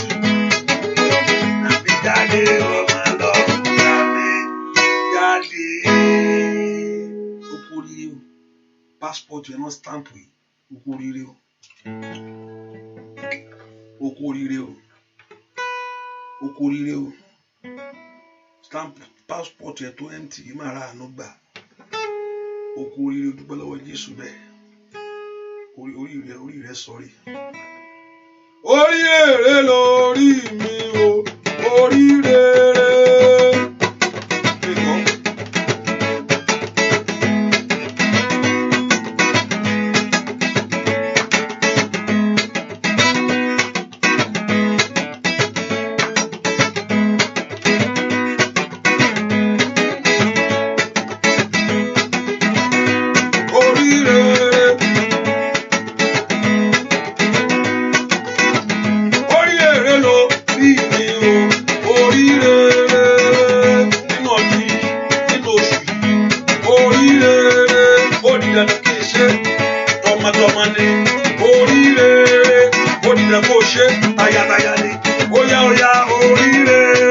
Oríire ló ìwé o, oríire ní gbọ́.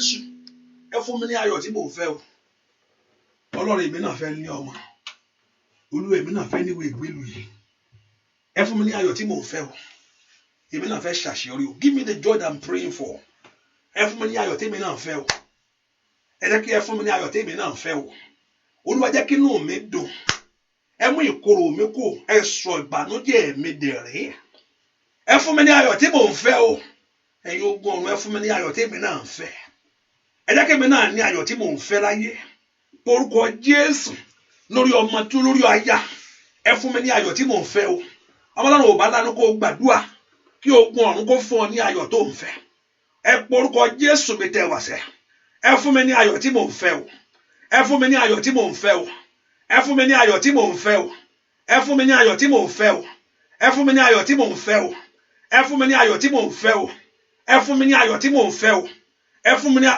èmi ò mọ tó ń fẹ́ ọkọ ni owó ni ọmọ ni porúkọ Jésù ẹ fún mi ní ayọ̀ tí mò ń fẹ́ o ìwé ìgbélú mi ni ìwé ìrìnnà mi sínú òkun ni ẹ porúkọ Jésù bísà tó ti ń bèrè fún yàrá àtijọ́ yẹn ni ẹ gbàdúrà ẹ fún mi ní ayọ̀ tí mò ń fẹ́ o ẹ fún mi ní ayọ̀ tí mò ń fẹ́ o ní orúkọ Jésù ẹ̀yin ogun ọ̀run ẹ fún mi ní ayọ̀ tí mò ń fẹ́ o èmi náà fẹ́ dọlọ́kọ láyé èmi náà fẹ́ dẹláyẹ láyé èmi náà fẹ́ níwèé ìgbélú èmi náà fẹ́ ṣàṣeyọrí èmi náà fẹ́ bá wọn débẹ̀ èmi náà fẹ́ ṣoríire èmi náà fẹ́ kọ́lé tuntun èmi náà fẹ́ ní ọkọ̀ tuntun ní orúkọ Jésù mẹ́ka àwọn ọmọ mi kányànjú èmi náà fẹ́ rí tèmi gbẹ́jọ́ ọmọ ọlọ́run kò gbàdúrà pé orúkọ Jésù ẹ fún mi ní ayọ̀ tí mò ń fẹ́ o ẹ fún mi ní ayọ̀ tí mò ń fẹ́ o ẹ fún mi ní ayọ̀ tí mò ń fẹ́ o ẹ fún mi ní ayọ̀ tí mò ń fẹ́ o ẹ fún mi ní ayọ̀ tí mò ń fẹ́ o ẹ fún mi ní ayọ̀ tí mò ń fẹ́ o ní orúkọ Jésù ẹ fún mi ní ayọ̀ tí mò ń fẹ́ o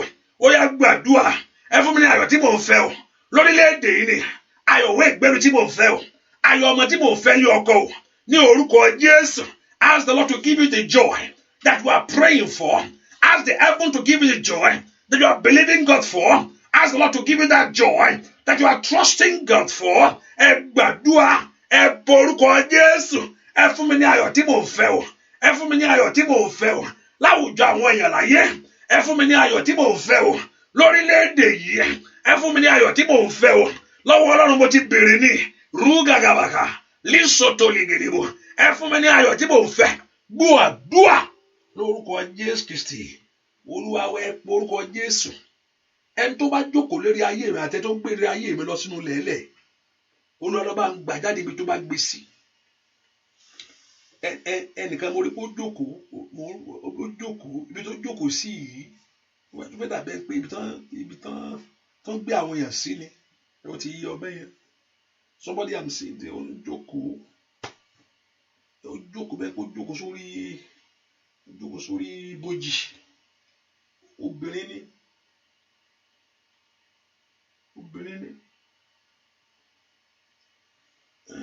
orúkọ Jésù Olúwa kó fún ọ ní ayọ̀ tó ń fẹ́ ẹ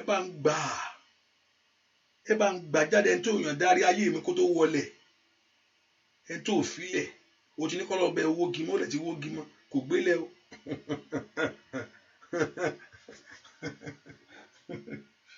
o ti ní kọ́ lọ́ọ́ bẹ ẹ bá ń wó gímọ́ orí rẹ̀ ó sì bẹ ìṣáàgì sórí ẹ̀ gbọ̀ kò gbélé gbogbo ẹni tó gbé ayé mi lọ bẹ́ẹ̀ ni o ti ní kọ́ lọ́ọ́ bẹ pa ó sì pa kò gbélé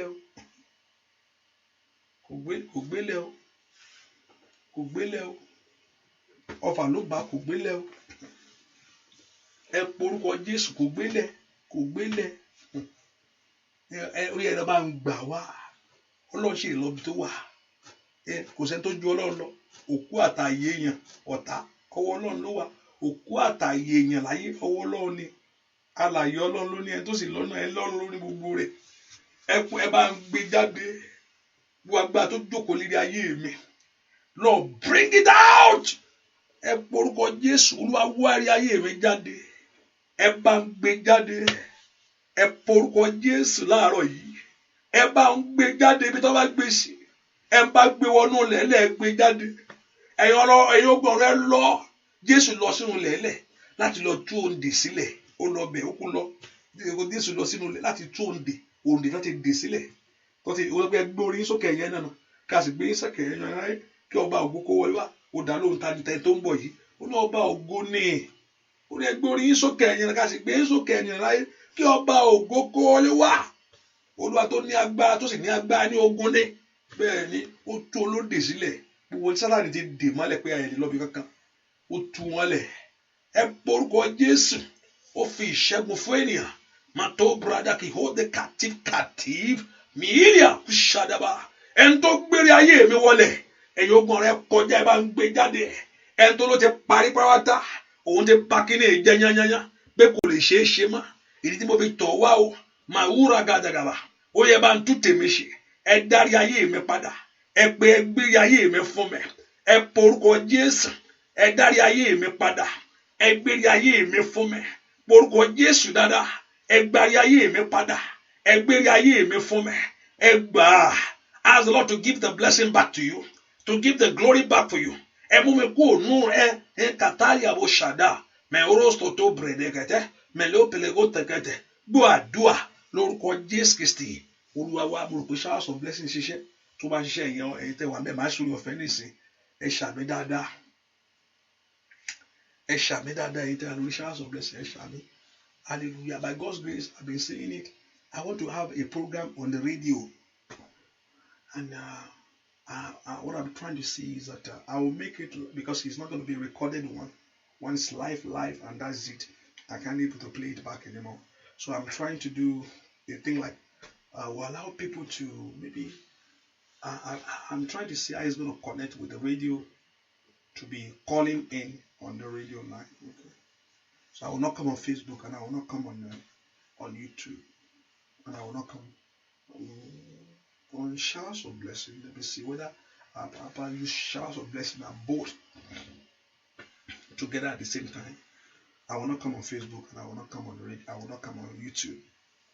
It will not be on that platform. It's going to be on the platform of the Rakokwa. It's going to be on the.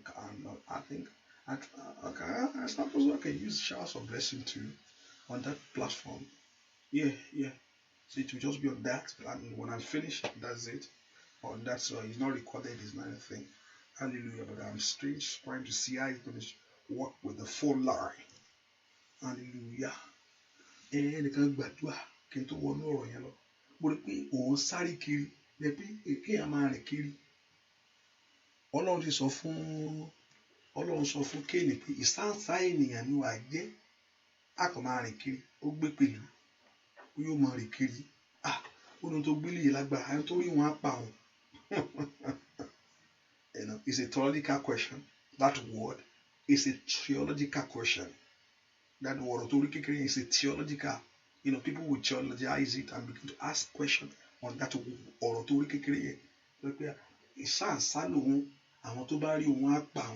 So now a theological question. Don't let me go there. It's a theological question that also people will question that. Made lower to submit. I thought there are two. Hallelujah. Praise the Lord. Praise the Lord. Read your Bible. Orúkọ Jésù mandali abo shakayaba. Oya lórúkọ Jésù fi ẹsẹ̀ ayé mi mọ̀nà. Olúwa fi ẹsẹ̀ mi mọ̀nà. Olúwa fi ẹsẹ̀ mi. Let God lead your path today. Olúwa fi ẹsẹ̀ mi mọ̀nà. Olúwa fi ẹsẹ̀ ayé mi mọ̀nà. Miunda yaga saida. Orúkọ Jésù bí tó wà sẹ́. Olúwa fi ẹsẹ̀ mi mọ̀nà. Olúwa fi ẹsẹ̀ ayé mi mọ̀nà. Jẹ́ kó mọ̀nà rí. Jẹ́ kó mọ̀nà àṣeyọrí. Mo rí ẹmu nípò òun rìn káàkiri ni. Àìsàn ni ọ́. Òun sá kiri ni. Ẹ bá mọ̀nà kò ní ṣìnà. Ẹ porúkọ Jésù bí tó wà. Gbà kan sí kankan lélẹ́yìí. Gbà síbi tó dáa ni. Òrùdà gàbàgàbà. Gbà síbi tó ti fẹsẹ̀ múlẹ̀ ni. Gbà síbi tó ti ṣàṣeyọrí ni. Ẹ fi ẹsẹ̀ ayé mi mọ̀nà. Lead my path, O God. Direct my step, O God. Ẹ fi ọ̀nà ayé mi mọ̀nà. Yàgàdà bàbá ṣàndó brada. Oya. Lompredo ko prondo tokoba. Limprendo toko prendo tekete. Limpredo ko shando pragadagaba. Mento prendo kekelebo. Mashendo prendo tekelebuga. Mango prendo kelibo. Liketelibuga shakaba. Oya gbàdúrà. Ẹ fi àṣẹ ayé mi mọ̀nà. Lord, lead my path. Oya gbàdúrà. Ẹ má jẹ́ rìn kiri mọ́. Ẹ má jẹ́ sá kiri mọ́. Ẹ fẹsẹ̀ mi mọ̀nà. Lead my path. Direct my path. Mi gbọ́ ẹ̀mí tó wà. Porúkọ Jésù gbọ́ àdúrà. Lórúkọ Jésù Kristi. Olúwa wa nígbà kejì. Oya share prayer and share. I think I'm not saying that enough. Share it. Call somebody in. Send it to somebody. If they don't leave it for them, one day they will go back to it. Make sure you send your part. They can't pay. They will need it. They can't pay. Somebody pay. Prayer don't send here. Imagine. I won't like it. Or pay. I will fair. Ṣùgbọ́n tó ń wò fẹ́ ṣàfilẹ̀. Hallelujah. Kò sẹ́ni tí ò ní gbàdúrà. It's just a matter of time ni. Kò sẹ́ni tí ò ní gbàdúrà. Ṣá máa gbà tiẹ̀ kó mọ́ ọmọ wẹ́rẹ́wẹ́rẹ́ bẹ́ẹ̀ hùn. Kò sẹ́ni tí ò ní gbàdúrà. Ayé yìí. Kò sẹ́ni tí ò ní gbà. Ayé yìí. O ní kí n fi wo ìjọba Ọlọ́run lójú ayé lọ. Inú ayé yìí, as long as you live. Àyàn gbàdúrà.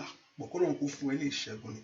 Kó gbà kó borí ẹ̀ kó lọ́jọ́ wájú ẹ̀ kó ṣẹ́gun kó pa ogun rẹ́ kó mú ogun kúrò. Kó pa ogun rẹ́ kó mú ogun kúrò ni. Ẹ porúkọ Jésù. Ẹ fi ẹsẹ̀ mi mọ̀nà ibi rí ayé mi. Ẹ fẹsẹ̀ mo ní pé mo rí ẹ tó ń rìn ká ni. Ẹ fẹsẹ̀ mi mọ̀nà. Ẹ fẹsẹ̀ mi mọ̀nà. Ẹ fi mi mọ̀nà bí àṣeyọrí mi. Ẹ fi mi mọ̀nà ibi rí ayé mi. Gbogbo tó dẹsẹ̀ mi rú. Agbá tó dẹsẹ̀ rìn àjò ayé mi that scatter your moving life. Tani kò gbé yìnbó bẹ́ẹ̀. If you don't understand what I'm talking about, raise up your hand. How do you do that? Raise up your hand. Hallelujah. If you don't understand what I'm talking about.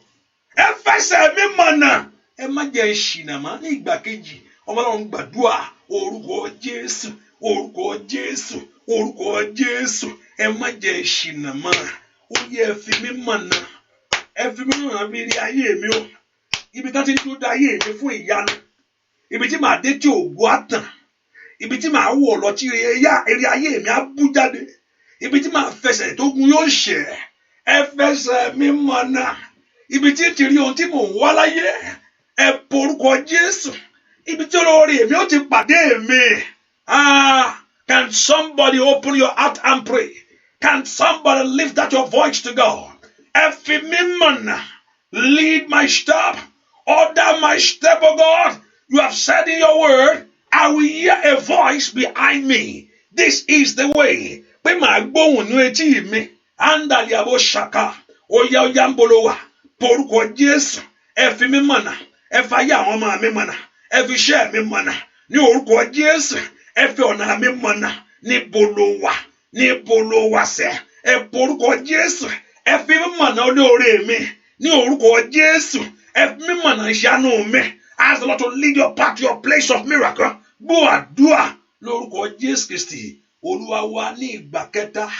Bẹ́ẹ̀ kó gbà á, màá sì ṣoore ọ̀fẹ́. Ẹ porúkọ Jésù. Àkókò ti tó.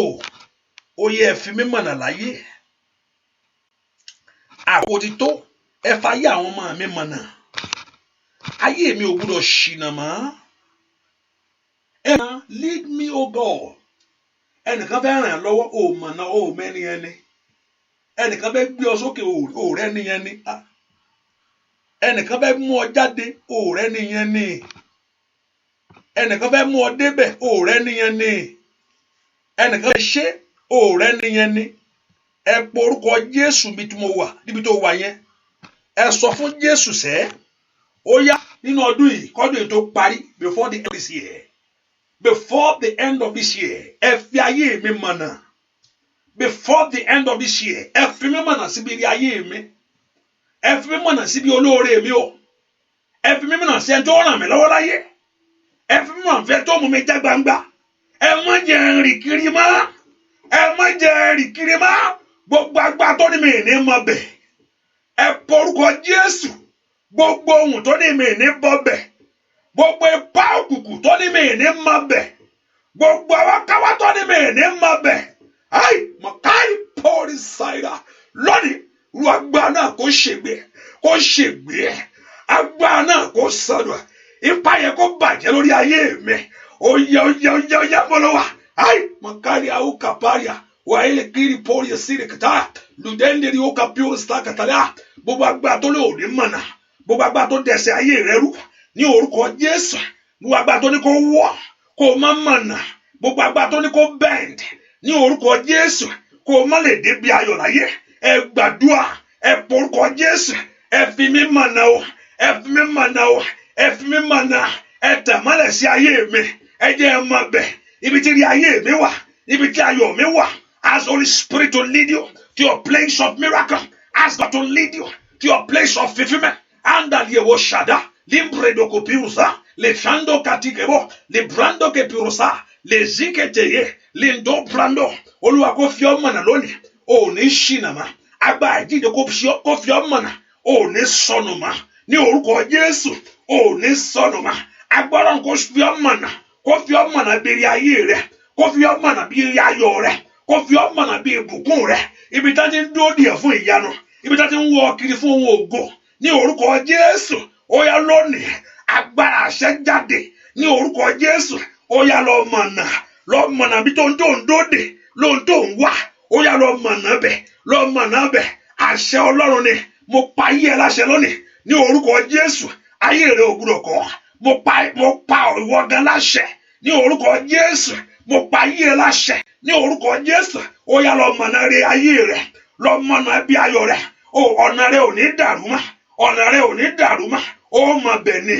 Ó mọ̀ bẹ̀ ni. Ní orúkọ Jésù ni. Ó mọ̀ bẹ̀ ni. Ní orúkọ Jésù Kristi Olúwa wa ni. Ó mọ̀ bẹ̀ ni. Mo ní Jésù lolúwa. Ó mọ̀ bẹ̀ ni. Mo ní Jésù lolúwa. Ó ní kó mọ̀ bẹ̀. Kí ayé rẹ kó mọ̀ bẹ̀. Ayé ọmọ rẹ kó mọ̀. Iṣẹ́ rẹ kó mọ̀. Ìrìn àjò rẹ lórí rẹ kó mọ̀. Ibi ayọ̀ rẹ. Ibi ìbùkún rẹ. Ò ní ṣìnà mọ́. Ò ní wá kiri mọ́. Likadagada. Likeriagada. Mosondelia. Rusekata. Go and know your place of joy. The place of fulfillment. Your place of breakthrough. Go there now. Go there now. In the name of Jesus. Go there now. Move there now. Go there now. No more limit. No more holding back. No more delay. In the name of Jesus. Go in that authority. And to bá ń béèrè pé báwo ni tiẹ̀ ṣe jẹ́. Olúwa kó pa wọ́n lẹ́nu mọ́. Ẹnikẹ́ni tó bá ń béèrè nínú ayé ẹ pé báwo ni tiẹ̀ ṣe jẹ́. Olúwa kó pa wọ́n ní ẹnu mọ́. Ẹnikẹ́ni tó bá ń béèrè nínú ayé ẹ pé báwo ni tiẹ̀ ṣe jẹ́. Mo ní kí Olúwa kó short wọn up. Kó pa wọ́n lẹ́nu mọ́. Kó make sure nu. Lórúkọ Jésù kó Olúwa kó pa wọ́n lẹ́nu mọ́. Mo ní kí Olúwa kó pa wọ́n ní ẹnu mọ́. Ní orúkọ Jésù. Mo ní àwọn ẹnikẹ́ni tó bá jẹ́ ilé bàbá ilé ìyá rẹ ni. Tó ń béèrè pé báwo ni tiẹ̀ ṣe jẹ́ o. Ní orúkọ Jésù Kristi. Mo ní kí Olúwa kó fi ìyanu rẹ̀ pa wọ́n lẹ́nu mọ́. Mo ní kí Olúwa kó pa wọ́n lẹ́nu mọ́. Kó dẹni ilẹ̀ wájú ẹ̀. Ní orúkọ Jésù kí wọ́n dẹni gbígbà. Mo ní kí wọ́n dẹni ilẹ̀ kó dẹni ìṣubú níwájú ẹ̀. Ní kòrádà kùsàndé ìgbòkópè vàdákàtà. Mo ní kí wọ́n wá dẹni ìgbéga. Bó ṣe fún Jósẹ́fù sọ láàrin ọmọ ìyá rẹ̀. Lórúkọ Jésù láàrin ọmọ bàbá àtọmọ ìyá. Ọba tó fún Jósẹ́fù sọ ń bẹ̀. Ó yá kó fún wọn náà sọ. Ọba tó fún tí Jósẹ́fù bá rí tiẹ̀ sọ. Ìwọ náà kó rí tiẹ̀ sọ. Tí Dáfídì bá rí tiẹ̀ sọ láàrin ọmọ bàbá àti ọmọ ìyá. Tó bá rí tiẹ̀ sọ. Ìwọ náà rí tiẹ̀ sọ. Wà á rí tiẹ̀ sọ. Wà á rí tiẹ̀ sọ. Wà á rí tiẹ̀ sọ. Tí Hánà bá rí tiẹ̀ sọ, wà á rí tiẹ̀ sọ. Wà á rí tiẹ̀ sọ. Wà á ní ìṣẹ́gun. Bẹ́ẹ̀ ni ó sì rí láì lórúkọ Jésù Kristi. Olúwa wa àmín. Àmín lórúkọ Jésù. Hallelujah. Ẹ ká fi sọ́kàn pé àdúrà tẹ̀síwájú láàárọ̀ aago 6. Hallelujah. Praise the Lord. And also, our fasting and prayer is coming up on the second week of next month. Second week of next month by God's grace. And I think it's a weekend, Friday, Saturday, and we'll break on Sunday after service, or I know it's a different, and many people finish service, but on Sunday, Saturday, because many of you are working. Hallelujah. So Saturday, Sunday, Friday, Saturday, Sunday, Friday, starting Friday and Saturday, and we'll break on Sunday. Hallelujah.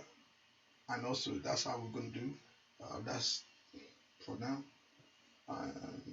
And I told you can If you don't have strength much, do the one that you can.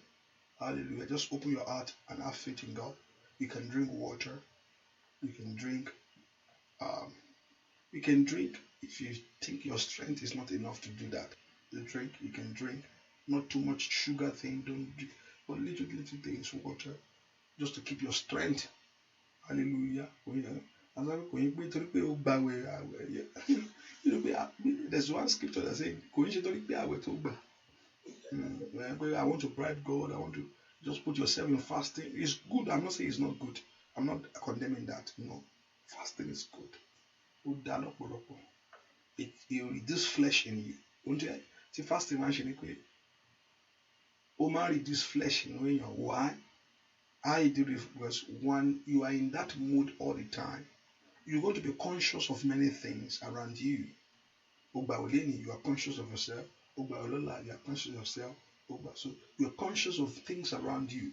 So by then, it reduces the flesh in you. If you are truly doing the truth, not like 45 days, 47 days, no longer no matter. I want to make that 100%. Hallelujah. Baby. I want to buy. But orí ọ̀fẹ́ ló rí gbà orí ọ̀fẹ́ ló jù. But Jésù sọ pé nǹkan kan kó ṣe gbogbo nǹkan ní àwẹ̀. Ó ní such this. Ó ní irú eléyìí kì yóò lè lọ láìsí àwẹ̀ àtàdúrà. So kó ṣe gbogbo nǹkan ní àwẹ̀ wà fún. Me act faith. Sometimes just God wants you to take a step. So kò ṣe gbogbo nǹkan ní àwẹ̀ wà fún pé everything àwẹ̀ kò ṣe gbogbo ìlàwẹ̀ wà fún. Bí ìsọ pé such something like this irú nǹkan báyìí kò lè lọ láìsí àwẹ̀ àtàdúrà. Ó sọ irú nǹkan bẹ́yẹn lọ́wọ́ irú nǹkan tó sọ yẹn ohun tó fi sọ pé ìgbà mi faith ni you just have to believe in the word of God. Hallelujah. And live right with God. If you are not living right, this is not the fast that I've required from you. I'm just telling you. So, but I want you to do your best by fasting and do it right before the Lord. And the Lord your God is going to do great things for us. Amen. And also, I encourage you to be a blessing, support the work of God. Let's do that. And also, I want to do this thing. Somebody told me, where you can, I don't know, if I put everyone on my list on my phone, that would be too much for me to handle. Create a group chat. So, and when because some people say they are not receiving notification, so I can send to them. I'm still trying to see if you have an idea what we can do. You can let me know. I'm trying to look at where we can have just like if you can receive notification apart from the YouTube, and you are part of the group, and I can send we are live now to you. Join. So I think I'm trying to say I'll consult somebody, and if you have an idea what we can use to do this, to people who sign up for it, and when time program, if I want to change time, I'm not coming by 1, I'm not coming by this, so everybody receive the notification, and so they know that I'm coming, I'm not coming. So I'm trying to see how we can work on this, so you can get notification when I'm coming. WhatsApp group, I have to put them on my phone. That's the only issue I have with that. I have to put everyone on my phone. I have to everyone has to be on my contact. I don't know how you do that. I don't know. I have to put that. I know that WhatsApp, but I have to put everyone on my phone. I have to put everybody on my contact list. No. Hallelujah. I'm sorry to say that. It's going to be too much. But I will see a way where we're going to have something you fill up to do this, so you can just get notification that we are live. Because somebody told me, some say they don't get notification, they don't receive anything, they don't know the time I'm live. So, but when you're part of this group, you just know that I'm coming so time. You're able to know so I just send it out to those group for those that sign up for it. Hallelujah. So anyone will not miss out. You don't receive notification, you don't get it. Hallelujah. So the Lord Jehovah God will help us in Jesus' name. And also just be a blessing, support the work of God. And if you have your data, you can just let me know. Let me know what you are using to do this and how we can do this, but I'm trying to consult some people on this, how to put this together. Hallelujah. So you can get notification when we are live that on this. Mo pa ní àṣẹ lórúkọ Jésù. Ẹranko ayé rẹ kò gbọdọ̀ fọhùn mọ́. Mo fẹ́ kí èèyàn kẹ́nìkan kó ṣe àmì dáadáa. Àmín. Ẹranko ayé rẹ kò gbọdọ̀ fọhùn mọ́. Ṣàmì dáadáa, ṣàmì dáadáa, ṣàmì dáadáa, ṣàmì dáadáa. Ẹranko ayé rẹ kò gbọdọ̀ fọhùn mọ́. Kí ẹranko ayé rẹ kó dákẹ́ lónìí, kó má fọhùn mọ́. Ẹranko ayé rẹ ò gbọdọ̀ fọhùn mọ́. Kí Olúwa ọ̀run kó gbóhùn lẹ́nu rẹ̀. Ẹranko tó ń yọ ọ́ lẹ́nu, ẹranko tó ń dún, tó ń yọ ìrìnàjò rẹ lẹ́nu, kó má fọhùn mọ́ o.